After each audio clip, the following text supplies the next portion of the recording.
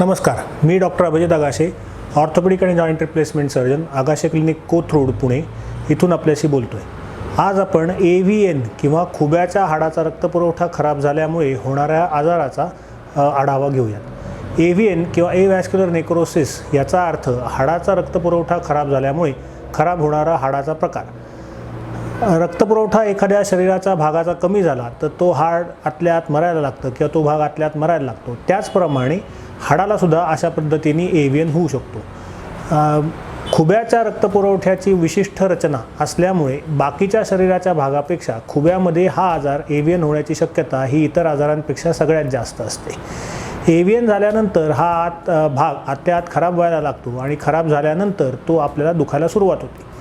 हा आजार होण्याची सगळ्यात महत्त्वाची कारणं काय हे जर का आपण बघायला सुरुवात केली तर त्याच्यातलं सगळ्यात पहिलं आणि महत्त्वाचं कारण हे अल्कोहोलचं किंवा दारूचं अतिसेवन, काही प्रकारच्या रक्तामधल्या येणाऱ्या गडबडी जसं सिकल सेल ॲनिमिया, काही प्रकारची औषधांचा साईड इफेक्ट पर्टिक्युलरली स्टिरॉइड्स किंवा तत्सम गोळ्यांच्या झालेल्या साईड इफेक्टमुळे हाड खराब होणे आणि शेवटचा फ्रॅक्चर झाल्यामुळे रक्तपुरवठा तुटणे ही 4 महत्त्वाची प्रमुख कारणे याच्यामध्ये आहेत। ट्रीटमेंटच्या पार्टवर जाण्याआधी पहिले आपण ह्याच्या स्टेजेस कुठल्या आहेत या स्टेजेस समजून घेणं गरजेचं आहे।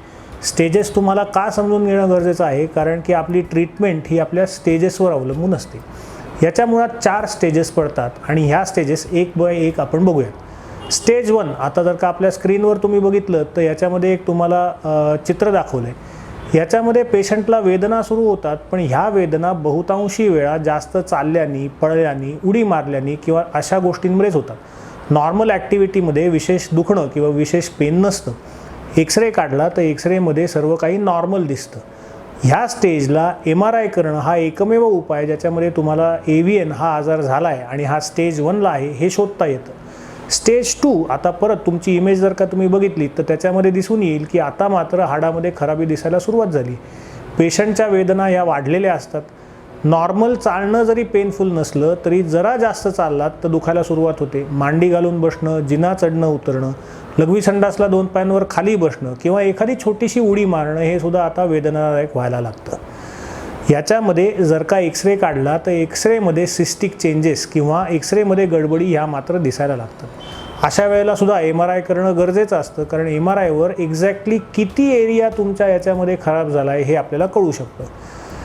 जर का तुम्ही स्टेज 1 आणि स्टेज 2 याच्या इमेजेस परत नीट जर का लक्षात आणल्या तर याच्यामध्ये एक लक्षात येईल की आपल्या बॉलचा गरगरीतपणा किंवा गोलपणा जो आहे हे जॉईंटचा हा अजूनही मेंटेन्ड आहे आणि त्याच्यामुळे ह्या 2 स्टेजेसची ट्रीटमेंट ही पुढच्या स्टेजेसपेक्षा वेगळी आहे। स्टेज 3 मध्ये मात्र हा बॉलचा गोल गरगरीतपणा खराब व्हायला लागतो आणि हा बॉल ओबडधोबड व्हायला लागतो। याच्यामुळे नॉर्मल चालणं सुद्धा त्रासदायक होतं।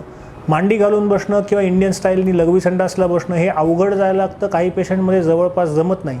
जिन्यांची चढ उतर करणं हे त्रासदायक होतं आणि स्टेज 4 किंवा जी सगळ्यात शेवटची स्टेज आहे याच्यामध्ये नॉर्मल चालताना सुद्धा पेशंटला आता बऱ्यापैकी दुखायला लागतं किंवा जवळपास अशक्य होतं। डेली ॲक्टिव्हिटीज ज्या आपल्या आहेत या डेली ॲक्टिव्हिटीज आता प्रॉब्लेमॅटिक होतात आणि पेशंटला बिना पेनकिलर पुढे जाणं हे अवघड व्हायला लागतं। स्टेजेस बघितल्यानंतर आता आपण ह्याच्या ट्रीटमेंटकडे बघूयात।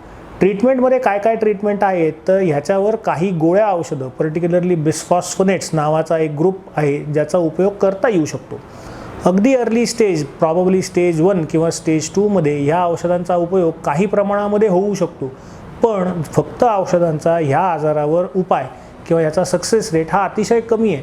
हा सक्सेस रेट 15-20% तर जास्तीत जास्त 30% जातो। मग याला दुसरे कुठले उपाय करता येऊ शकतात तर आता तुम्ही परत इमेजवर बघाल तर याला कोर डिकॉम्प्रेशन नावाचं एक ऑपरेशन करता येतं। कोर डिकॉम्प्रेशनमध्ये आम्ही खराब हाड काढून टाकण्याचा प्रयत्न करतो। मसल पेडिकल बोन ग्राफ्ट म्हणजे दुसरीकडनं एखाद्या हाडाचा रक्तपुरवठा इंटॅक्ट ठेवून हे हाड इथे ट्रान्सफर करणं हे ऑपरेशन करता येणं शक्य असतं। किंवा सध्याचा जो सगळ्यात लेटेस्ट आलेली टेक्नॉलॉजी आहे त्याला टिश्यू कल्चर ट्रान्सफर असं म्हणतात।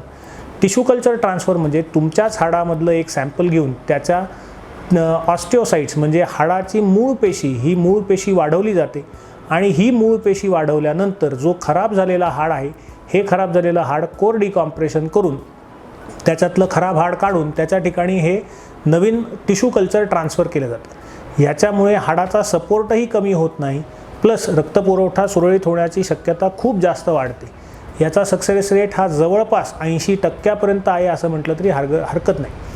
टिश्यू ट्रान्सफर किंवा कोर डिकॉम्प्रेशन किंवा मसल पेडिकल बोन ग्राफ्टिंग हे स्टेज 1 किंवा स्टेज 2 ह्या स्टेजेसमध्येच करायचं ऑपरेशन आहे. याचं कारण अजूनही हाडाच्या हिप जॉईंटच्या बॉलचा गरगरीतपणा हा मेंटेन्ड आहे आणि त्याच्यामुळे योग्य वेळी याचं जर का ऑपरेशन केलं तर आपण अजूनही तुमचा खुबा पूर्णपणे नॉर्मल करू शकतो, जेणेकरून तुम्हाला नॉर्मल हिप जे काही गोष्टी तुम्ही हा आजार होण्याच्या आधी करू शकत होतात त्या सगळ्या गोष्टी करू शकता, प्लस तुम्ही वेदनामुक्तही होऊ शकता.